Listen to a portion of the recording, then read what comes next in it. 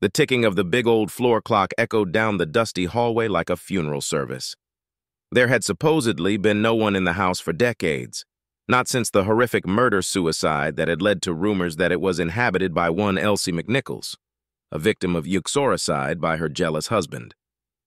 So how the clock stayed wound up was another mystery of the house. Rodney Burns, commonly referred to as Rod, was a paranormal researcher determined to find the cause of the long list of disappearances and psychiatric illnesses associated with the house. That's why he had investigated the house after midnight, armed with all the state-of-the-art paranormal detection equipment he could acquire, going from room to room looking for some mischief. He found it, but it wasn't at all what he expected. Entering what had once been the kitchen, he was surprised to find a man in jeans and a t-shirt rummaging through the refrigerator. It wasn't the vague post-mortem vision he'd expected. The only thing odd about this guy was that he was transparent. "Damn it! I'm so thirsty after sex," he commented, turning to Rod. "But there's never anything to drink here. They even shut off the damn water." Rod hesitated, trying to avoid the serious problem of washing his underpants. "Who are you?" "Danny." The guy shrugged. "Come on. You might as well meet this bitch." Without even asking Rod's name, he headed for the stairs, slamming the refrigerator door shut on the way. Is he a ghost? Well, that explains the wound-up clock, Rod thought as he followed him. The gear had been forgotten in the kitchen where he dropped it. What bitch? His question was answered as he made his way up the stairs and into the large room on the right. There were several dozen transparent people crowded there, gathered around a huge four-poster bed, on the edge of which sat an alabaster white naked woman with a human body and a wolf's head.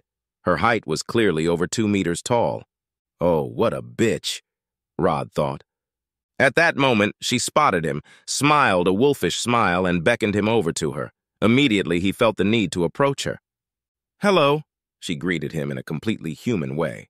"My name is Elsie, and who are you?" Rod." He hesitated, suddenly fascinated by her perfectly white skin, her huge breasts, and her perfectly smooth body.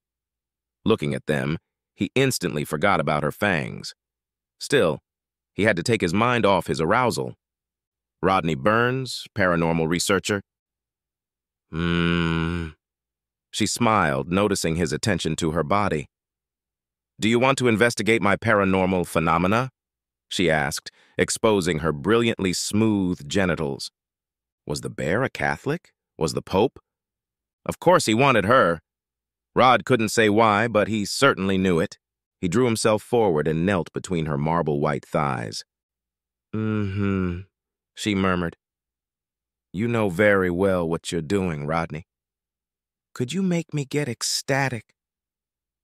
At that moment, he wanted to do nothing more than fulfill her request. He turned all his attention to doing just that. Better than he'd ever been able to before? And his reward was her pleasure. All the strangeness faded into the background. He was mesmerized by this strange woman's sexuality. Her moans and meows grew until finally she threw her wolfish head back and howled. She finished by squeezing his fingers and face hard. As she pulsed her entire body, her ecstasy almost drove him to the edge. When she calmed down, he mustered up the courage to ask her why she had a wolf's head. "A gift from Vetvaveth, when he let me stay here and get my revenge," she sighed. "My husband killed me for worshiping the ancient gods. You know what? Oh, now it's my turn."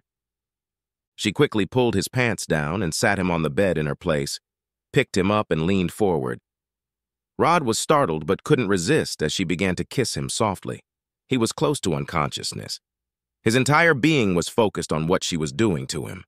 The dizziness continued until, with a scream that went off into space, he exploded in one giant explosion. When Rod woke up, he realized he was still dizzy and very thirsty, and his body was completely transparent.